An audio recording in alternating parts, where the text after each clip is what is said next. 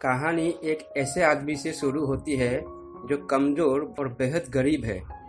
वह बहुत अकेला था। उसका अपना कोई परिवार नहीं था। उस आदमी के पास कोई नौकरी नहीं थी और वो पैसे और भोजन के लिए भीख मांगता फिरता था।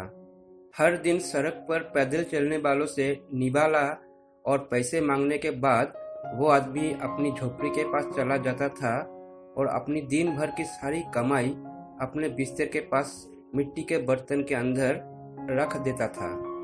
एक दिन वो आदमी पूरे दिन भर भीख मांगते मांगते थक गया था और उसने जल्दी सोने का फैसला किया।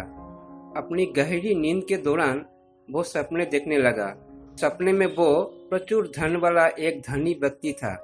उसने ये भी देखा कि वो अब अकेला नहीं था और उसकी एक खूबसूरत पत्नी थी और उनके बच्चे भी थे। सपने में देखा कि वो लग्जरियस जिंदगी जी रहा है।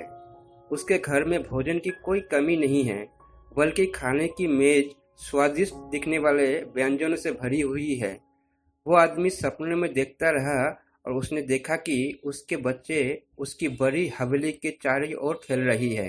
वो भी उनके साथ शामिल होने लगा। जब वो सपने में अपने बच्चों के साथ खेल रहा था तो वो बेचारा जोर जोर से पैर हिलाने लगा और उसके बिस्तर का पास रखा मिट्टी का बर्तन गिर कर टूट गया।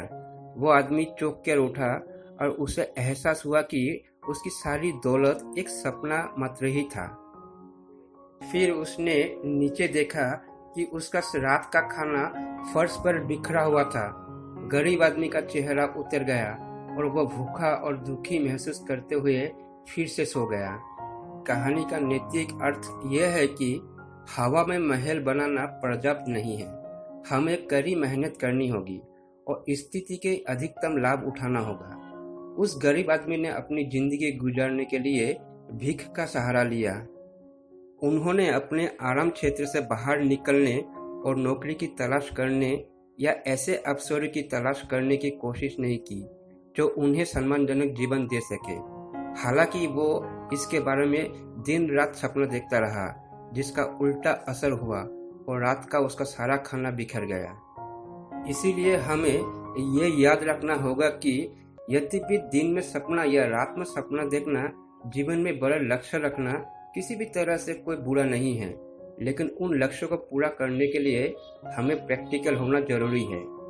अगर आप लोगों को यह कहानी अच्छी लगी हो तो वीडियो को लाइक करो और हमारे चैनल को सब्सक्राइब जरूर कीजिए ताकि और भी अच्छी अच्छी कहानी आप लोगों तक पहुंचा सकूं। धन्यवाद।